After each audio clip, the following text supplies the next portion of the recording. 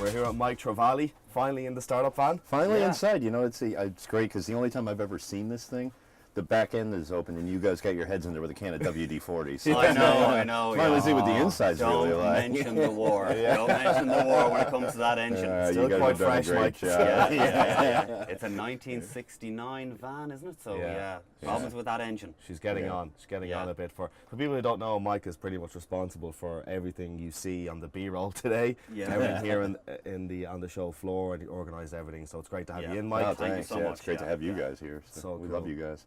Thank you.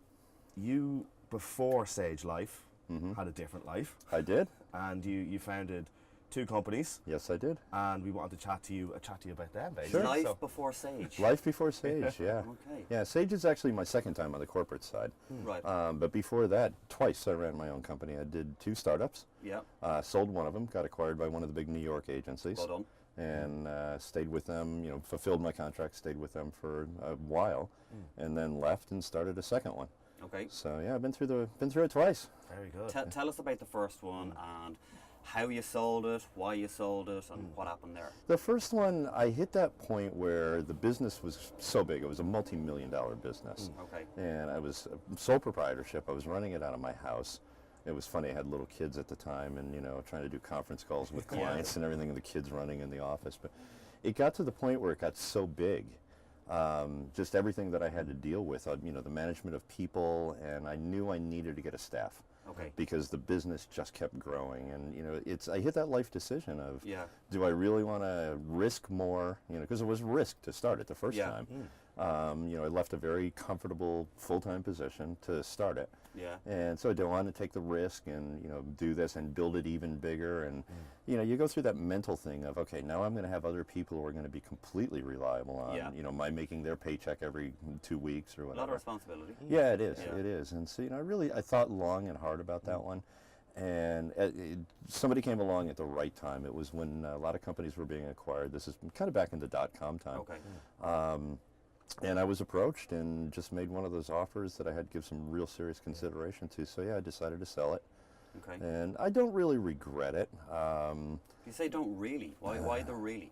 Well, you change your life when you sell your company, especially if your contract has you going to work for the company that you've sold it to. Okay. And the thing that I've seen, my own company, and just as I've been part of corporations and companies we've acquired, the biggest fear is losing the culture that you have. And the lifestyle, and there's a lot to be said for that.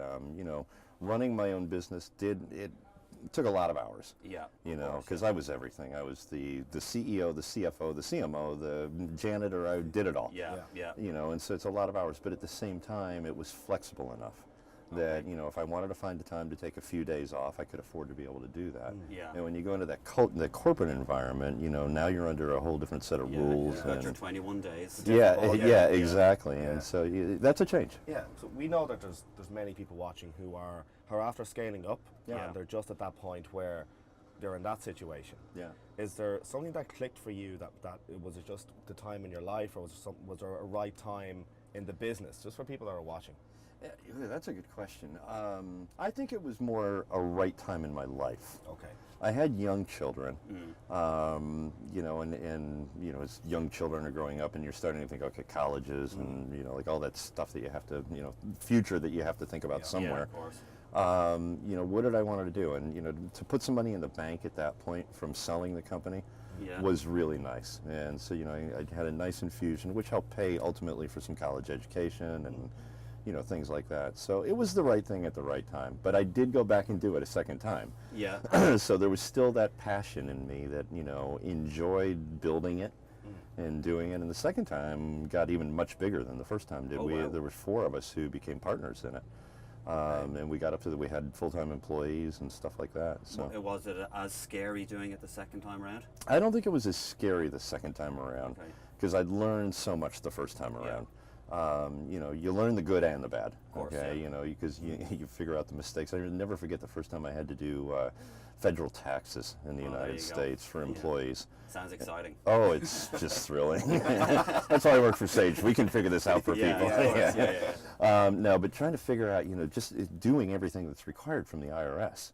And you know, I had accountants, CPAs, I had all of them helping me, but it was just, it's mind-boggling the amount of stuff that you have to get into. Yeah. And that's when I realized I was getting bigger and bigger, because I've got 1040s that have to be out for 30 or 40 people.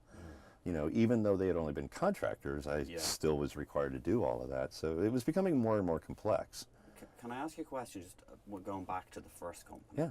When that was acquired, I know it depends on what way an acquisition happens, and some people normally come back and they stay on for a year or 2 years, whatever it might be.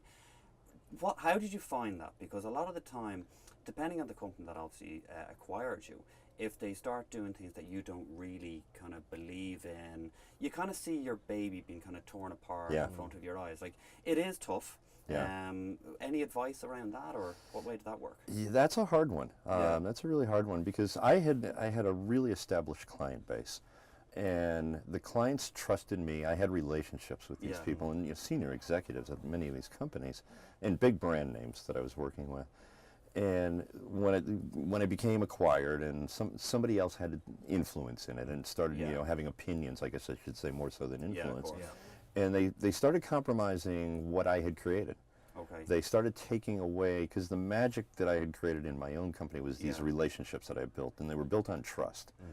And then, when somebody else has got an influence into it, and, especially becoming part of a bigger company, they're looking at their bottom line all the time. Of course, So how do we increase the margins? How do we increase profitability? And, how do we sell more? And, there were times that I was being pushed to sell things that I knew weren't the right things to sell. And I struggled with that, because it's, the relationship with my customers was built on trust. And now, could they still trust me, because, there was an ulterior motive in it. Was that part of the reason? Was that part of the reason of going back a second time? Was I that think that, actually that is one of the big things that got to me at the end. I mean, I did a few years, but then I had another relationship that I had been developing with another corporation, and I had a way of getting something done that I could have done it for a certain price. But because the company that I worked for wanted it done a different way, it was going to cost the customer 4 times as much.